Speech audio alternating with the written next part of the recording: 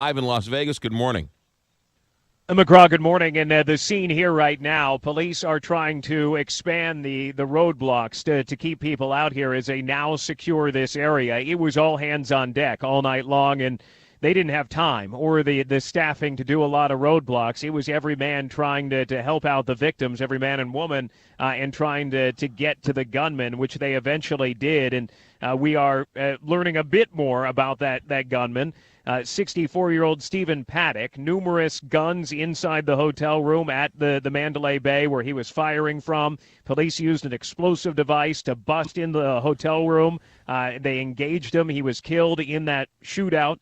It appears that they may have both fired back and forth. But now police are trying to figure out what his motive was. That they say all they know is he's a 64-year-old white guy who apparently lived in a retirement community in Mesquite, just outside of Vegas. And they can't figure out anything that he's related to, any group that he's connected with. They don't know why he would have carried this out. The scene that the shooting took place, they're saying over 200 injured or at least 50 dead.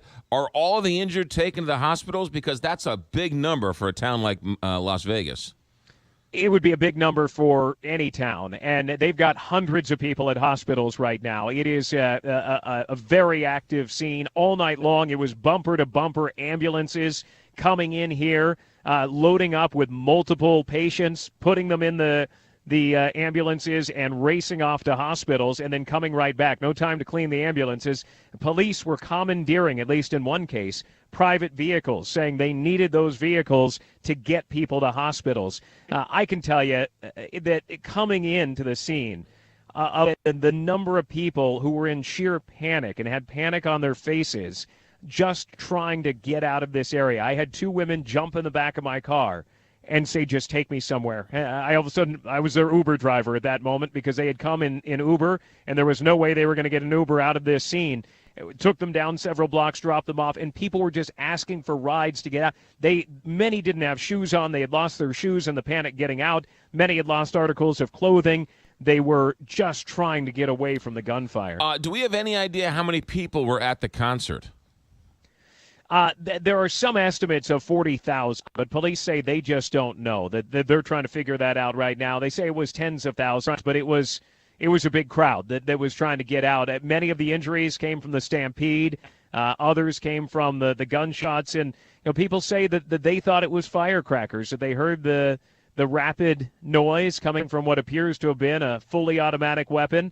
And that they thought it was somebody setting off firecrackers. One woman saying she looked over and saw the woman next to her shot through the eye, looked around the other side, saw a guy shot through the lung, and she realized that's gunfire, and she got out of there. Alex Stone, I know we're just learning about this, and I apologize if we don't know this answer, but it sounds like if he's on the 32nd floor and you've got tens of thousands of people in what appears to be the parking lot of Mandalay Bay, was he just spraying the crowd? Was he picking out one section, or do we have any idea?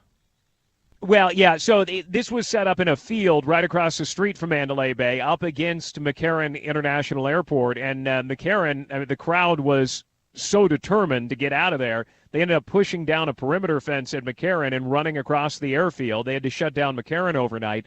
But the scene itself was unfortunately at the right angle for a shot. It wasn't straight down that he had to make, down 32 floors. He was shooting across the street and just spraying the crowd, and many people were hit. There's at least one off-duty police officer who is dead.